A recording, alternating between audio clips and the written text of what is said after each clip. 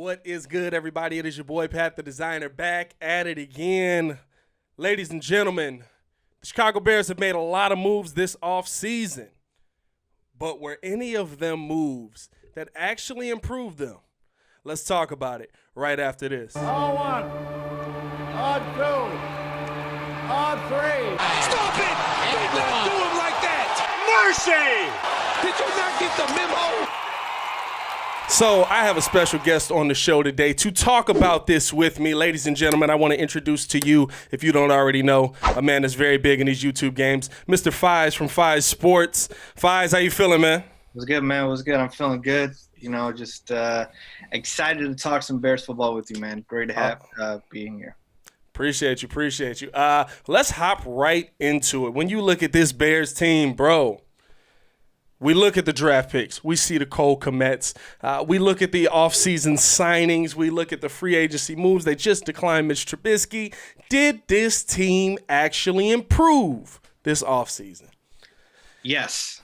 And there's no hesitancy in my voice there because I really do believe so. Now, people are going to be a little disappointed, obviously, because we see that, you know, they declined Mitch Trubisky's option. So that means, you know, obviously the second pick of the 2017 draft was a bust, and the Bears are not going anywhere. Hold the phone. Like, look, the Bears are more than just the quarterback position. Right. I really liked the moves in free agency that we made outside of Jimmy Graham. That was the only one where I wasn't a big fan of it. But I like Nick Foles. I love that trade that they had. You know, I thought that the Bears bring in Robert Quinn. That was a huge move. To shore up our defense. And our defense is nasty. It's going to be, you know, one of the top five in the NFL, I believe. So I like that. And then, you know, in the draft, you got better at the tight end spot with Cole Kmet, the best tight end in the draft. I liked, you know, the cornerback, Jalen Johnson out of Utah. So there were definitely improvements that the Bears made. They have, you know, shored up the offensive line a little bit more, sure. But all of the major positions they needed to address, for the most part, I believe they did, and I do believe they're a better team going into this season than they were coming out of last season. See, it's tough for me because I agree with you on everything you just said. I totally agree with you. But when I look at this team, the biggest thing to me is, like you said, that offensive line. I don't care what quarterback you put back there. If he can't stand there for 2 seconds and throw the ball, there's going to be some trouble. So you can go get the best wide receivers. You can sign whoever you want in free agency. This offensive line, with things kind of going back to normal, is it good enough to protect even Nick Foles behind that line? Because now you've got a guy who isn't mobile at all. Great point. And I think this now depends on really the quarterback that starts for the Bears. A lot of people are already saying it's going to be Nick Foles. I personally still believe it'll be an open competition. I think both quarterbacks have, you know, a 50-50 shot to win the job. As far as whether or not the offensive line is going to hold up, I think the Bears are putting a lot of trust in their new offensive line coach, Juan Castillo. I think they really expect him to just improve this offensive line by his coaching scheme. Because we really didn't address anybody outside of, you know, signing, I think, Jermaine Afidi from the Seattle Seahawks. Yeah. He might take over that right guard position. Who knows? But yeah, they're hoping the coaching change is enough. And, you know, obviously I think as Bears fans, yeah, Nick Foles is obviously it doesn't help to have a non-mobile quarterback there. So maybe in that instance you might want to root for Mitch because he's more mobile. But at the end of the day, I think coaching is going to be key, both on the, you know, with Matt Nagy and with the offensive line coaching. So I do think the Bears are putting a lot of stock into that. But the one silver lining I will say is our offensive line isn't much different than it was in 2018 when the Bears did go 12-4. Right. So I'm going to hold out hope and say I do think that the coaching change does help out. And the Bears offensive line, while it won't be elite, I still think it has a chance to be solid. It's interesting to me because I think that we're setting up a season where this team can have a ton of growth. Now we know where they're transitioning at the quarterback position, but I think that, maybe transitioning depending on – because I think Mitch still has a shot if he comes out and plays. You know what I'm saying? Like, but I'm not going to sit here and say he's the guy. That's your guy. That's the guy we want. No, he's got to come out. He's got to read defense. He's got to do well. But I think that we have to see growth not only from the players on the field, but also from the coaches on the sideline. Because as much as we put it on Mitch, and Mitch deserves a ton of the blame, when things were perfect, he couldn't get the job done either.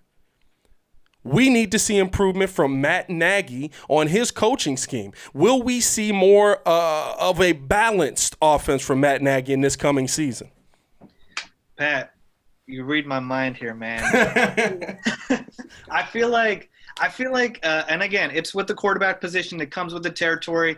You blame the quarterback for everything, but there were a lot of things wrong with this team last year that was past Mitchell Trubisky. We're talking about a bad offensive line blocking the run.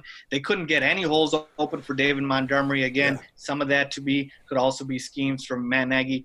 But yeah, I think Matt Nagy, it's going to be huge for him because here's the thing, and this is something where I'm telling you right now, if Matt Nagy in his head has Nick Foles being his guy, then Mitch has no shot.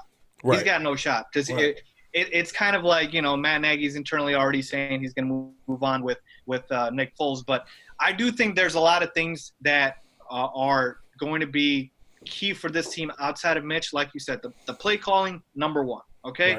Right. Matt Nagy absolutely needs to have good play calling. The run game. We need to get the run game going. I don't care if it's Nick Foles or Mitch. Right. You got to get some help there.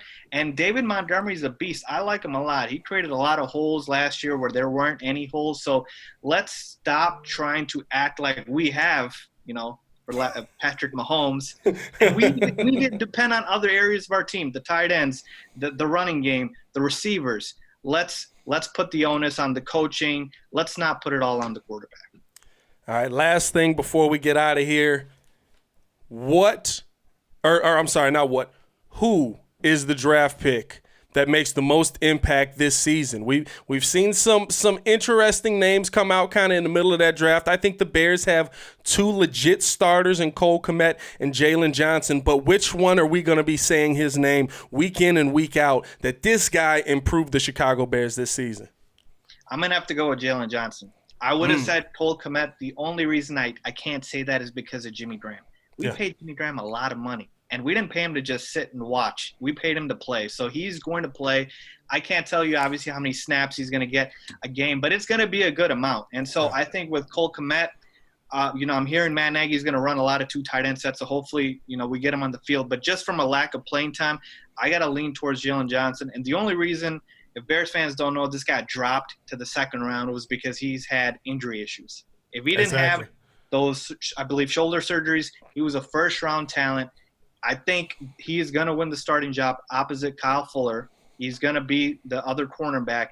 And I think with that pass rush, there's going to be a lot of quarterbacks throwing ducks, and we're going to get a lot of interceptions. So I think Jalen Johnson's a guy you got to keep an eye on.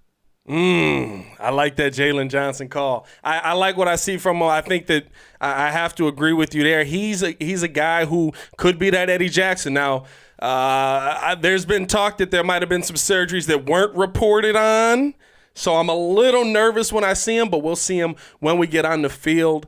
Faiz, I want to thank you for joining me on the show today. If you guys don't know, this guy also does a Chicago sports show, one that I've been watching for a little bit of time now, I'm not ashamed to admit it. And he does some great works. He's on top of all the breaking news. So make sure that you go follow him, go subscribe to him. Faiz, drop all your social media stuff for him real quick, man. Yeah, man, Pat, I really appreciate it, man. It was a blast being on the show. As Pat mentioned, man, you guys can just follow me on my YouTube, Faiz Sports Talk, no space, Faiz Sports Talk, and then all my social medias going to be in the description of all my videos, so you'll have no trouble finding that, man. But check out Pat, man. He's also doing fantastic work, and we got to support everybody in the Chicago community, man. So I really appreciate you having me on. For sure, man. Stay safe out there, man. And you guys let us know in the comments below how you feel. I'll be in the comments. Hopefully, Faiz will be watching. We can get some debate going down there. As always, ladies and gentlemen, it is your boy, Pat the Designer, back at it again. Y'all stay safe out here, Chicago. Peace.